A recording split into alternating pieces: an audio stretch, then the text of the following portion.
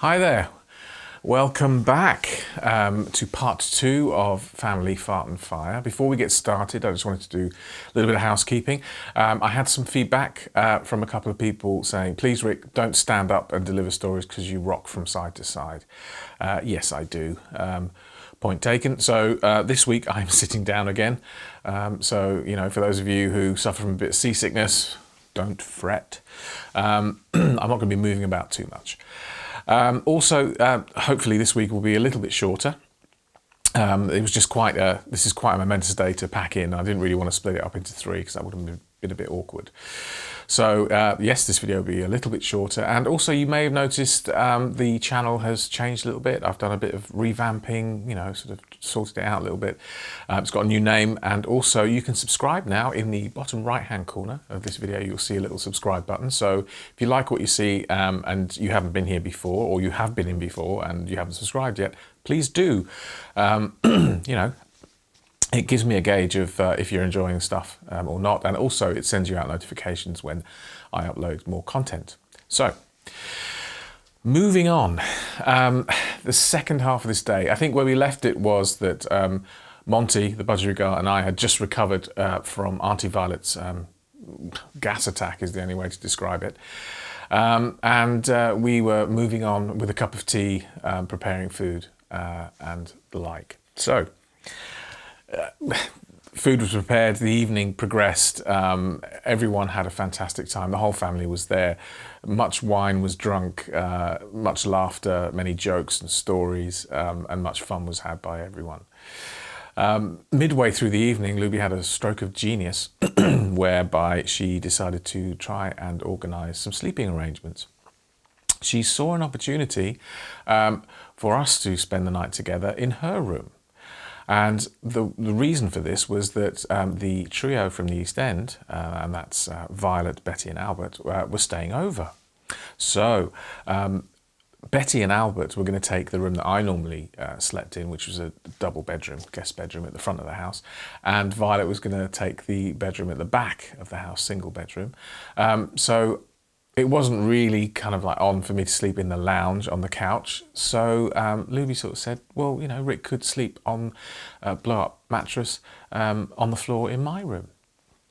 There was a bit of hesitancy apparently, but agreement was reached. And so we sort of enjoyed the rest of the evening into the wee small hours. Got to about 2 o'clock and everyone decided that it was bedtime. So there was much usage of the bathroom, brushing of teeth and what have you, and putting on of pyjamas. And pretty soon everyone had kind of said goodnight, a bit like the Waltons, you know, and gone off to their separate bedrooms to retire for the night.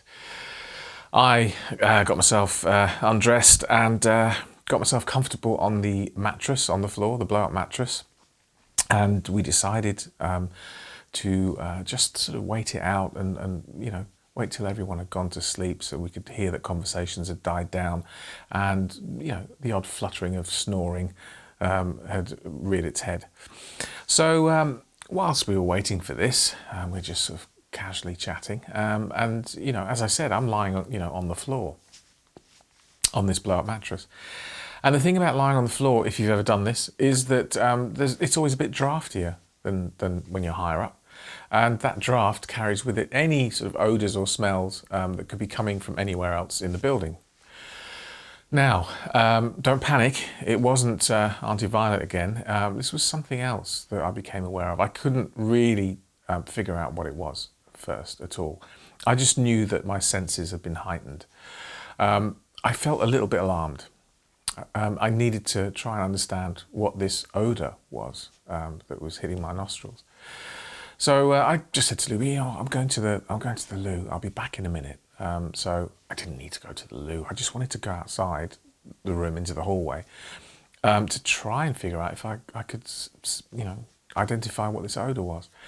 So I sort of quietly popped out there in the dark in my pants, and I just could not. It had gone actually, and I thought, well, that's very strange. So anyway, I flushed the loo, what have you, to make the charade complete, and then went back into the room, closed the door, lay down again, and we carried on chatting. But this odour returned.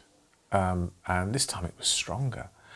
And the alarm that I felt within me was stronger this time as well. I was quite startled by the strength of this odour now. And it appeared to be coming in waves from under the door. As we're chatting, something in me sort of snapped, and I just stood up, bolt upright, in the dark, in my pants. Kind of like, I seem to remember the pose I sort of had was sort of like hand on hips, a bit like sort of Buzz Lightyear, sort of like looking off into the distance. But instead of saying to infinity and beyond, I was actually just sort of sniffing the air like some sort of demented meerkat. Initially when I stood up, Luby got quite excited and sort of thought, right, he's ready for action. But that's not the action I was ready for, to be quite honest. My alarm bells were ringing, and there was this ancient, fight or flight instinct that had kicked in. I knew something was up, but I just didn't know what it was. And she whispered to me in a kind of like an angry, anxious tone, "What is the matter?" And I sort of looked back and I said, "I can smell something. Can you not smell it?" She couldn't smell it because she was higher up. And of course, once I stood up, the smell had gone. The odour was undetectable when you were standing up, but I knew it was there. So she told me to calm down and actually sort of talked me into lying back down again. But once I was back down on the floor, I could smell the odour again. Okay. By this time, it kind of appeared that everyone had fallen asleep, but I was wide awake. My senses were tingling, and not in the way that Luby was expecting. While we're chatting and she's trying to calm me down, I actually, I have to admit this, I laid my clothes out. I laid them out so that if I needed to get them on quickly, I could do so. I felt really stupid doing that at the time, but wait for it, it was the wise thing to do. So I laid the clothes out, and we carried on chatting, and I was feeling a little bit calmer until the smell, the odour, got stronger and stronger still, and this happened quite quickly over a few seconds. And then I sat up because I really couldn't contain myself anymore. I knew something was wrong. And I said as much to Luby in the dark. I said, "Something is wrong." And just as I finished that sentence, the answer machine switched itself on and off and on again downstairs in the hall, which was very bizarre. So that was my cue to go and investigate. And what I did then was I put on my clothes really, really quickly. I'd laid them out so I knew which order I was going to put things on, and I got them on. I knew where my shoes were downstairs as well in case I needed those. So fully dressed, I went out into the hallway. The answer machine was just literally just turning on. There was the message that Luby's dad had left on it, sort of echoing through the house, and then it would switch off and turn on again. And as I was going down the stairs, her father, Colin, came out of their bedroom, and he said, "Richard, what's going on? What's going on?" His hair was completely dishevelled. He had his glasses on. I could see his pot belly in its full glory, and he just had a pair of red pants on and some socks. So I said, "I don't know. I'm just going to go and check what's going on with the answer machine." So we both trundled down the stairs, got to the answer machine, and he was fiddling with the answer machine, and I turned the hall light on. And the hall light was going on and off, but it wasn't switching on and off, it was fading on and off. And that's when we heard this sound. It was... And that coincided with the lights going on and off and the answer machine going on and off. Well, we knew something was up. So we could see all the lights now. We turned on the lights sort of in the kitchen and in the living room, and everything was going crazy. At first, Colin thought it might have been the pool house motor, so he ran out into the garden. Nothing doing there. I ran out the front of the house to basically where the garage door was. There was a big double garage next to the house, and I could see some lights behind the door. So these were sort of like bluish sort of lights, and I realised that something was drastically wrong in the garage. Now, in the garage was the three-phase main, electricity main, that comes in from the street and goes into their electricity meter. And that's where that was. And that's where the problem was. So Colin came running out to the front of the house. I remember he sort of shot me a glance and say, "How come you're fully dressed?" Because it was cold in the middle of the night. This is like 3 o'clock in the morning. So we opened the double garage, both of us. We pulled it open. And as we pulled it open, the sight we saw, there was an arc of electricity coming out of the electricity meter about the size of my thigh, the thickness of my thigh, but moving at an incredible speed, looking for somewhere to ground. So it would zoom out, and when it couldn't find anywhere, there would just be an explosion afterwards. Sparks would fly everywhere. And this was happening every sort of 6 seconds or so.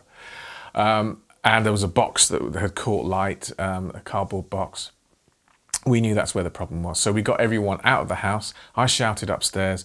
Luby had already gotten everyone up and awake, and everyone was coming down the stairs. I then banged on the neighbour's door, got them to phone the fire service and the police, and we all congregated outside. The fire brigade arrived. They put the fire out. All the neighbours had come out now because the whole street had lost power. And I remember the fireman was sort of like looking at me afterwards when they put the fire out and turned the power off. He was looking at me as if to say, "Well, here's everyone in their bedclothes, and there's this guy fully dressed." And he sort of looked at me sort of like quizzically, and I just looked at Luby and just gave her that look as if to say, "Don't say a word."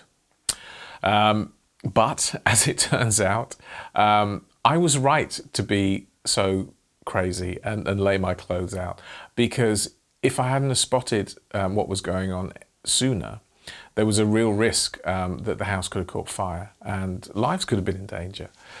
So catching it so soon was, a real miracle. And we all went back in the house after everything had died down, and made some tea over the gas on the cooker, and everyone sort of said, "Oh, Rick, oh, thank God you smelt that. Oh, yeah, good lad." And I was a hero for a couple of days. But I think the main thing to take away from this is, for the whole day, and I'm including, the gas attack earlier in the day, is, when it comes to your nose, if it smells like something, odds on it is that something, And that's an absolutely true story. So, as I said, if you want to subscribe, please hit the button in the bottom right-hand corner, and I'll see you next time.